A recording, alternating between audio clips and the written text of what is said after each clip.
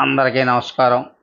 ఈరోజు ఎటువంటి వ్యక్తుల మాటలు మనం నమ్మకూడదు, ఎటువంటి వారి మాటలు మనం నమ్మాలి అనేటటువంటి విషయంలో విదుర నీతి ఏం చెబుతోందో తెలియజేస్తాను. మహాభారతం కథలో మహాత్మా విదురుడు ఒక కీలకమైన వ్యక్తి. ఆయన గొప్ప యోధుడే కాకుండా జ్ఞానం, ధర్మం, న్యాయం విషయంలో అమోఘమైన వ్యక్తి. విదుర ధర్మాన్ని అనుసరించి జీవించమని మనకు అనేక విలువైన సూత్రాలు చెప్పారు. అవే విదుర నీతిగా ప్రసిద్ధి చెందాయి. ఆయా సూత్రాలు నేటికి మన జీవితంలో సరిగ్గా వర్తిస్తాయి. వాటిలో ముఖ్యమైనది మనం ఎవరి సలహా తీసుకోవాలో, ఎవరికి దూరంగా ఉండాలో. మహాత్మా విదురుల వారు ముఖ్యంగా చెప్పినది మూర్ఖుల సలహా ఎట్టి పరిస్థితుల్లోనూ తీసుకోకూడదు. మూర్ఖుడు అంటే తెలివితేటలు, న్యాయం తెలియని వ్యక్తి. ఇటువంటి వ్యక్తి ఇచ్చే సలహా మనకు అనుకూలంగా ఉండదు. ఏ పని చేయాలనుకున్నా మూర్ఖుల సలహా తీసుకుంటే చేసే పనిలో తప్పులు వస్తాయి. అందుకే వీరి సలహా తీసుకోకుండా దూరంగా ఉండడమే మంచిది. ఇక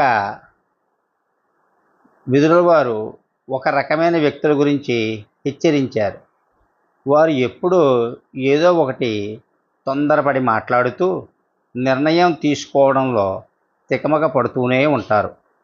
అటువంటి వ్యక్తులు పని పూర్తి చేయడంలో సరిగ్గా నిమగ్నం కాలేరు. ఈ కారణంగా వారి సలహా తీసుకోవటం వల్ల మన పనులు ఆలస్యం అవుతాయి. ఒకే విషయం గురించి గంటల తరబడి ఆలోచించే వ్యక్తులు ఎప్పటికీ ఫలప్రదమైన సలహాను ఇవ్వలేరు.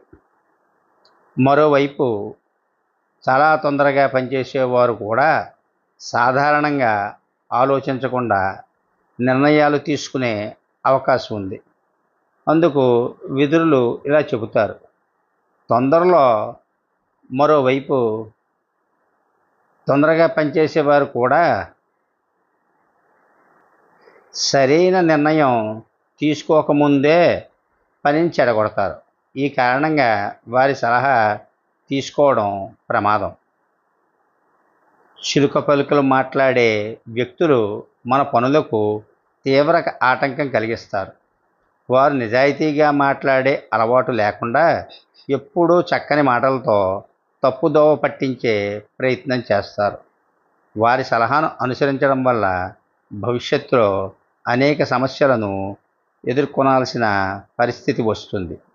అందుకే ఇలాంటి వారి మాటలను గుర్తించి వాటిని తీసుకోకుండా దూరంగా ఉండడమే మేలు.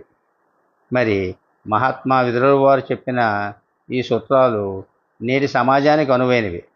మనం ఎవరిని సంప్రదించాలి, ఎవరికి దూరంగా ఉండాలి అని తెలుసుకుంటే మన పనులు మనమే విజయవంతంగా ముగించగలం.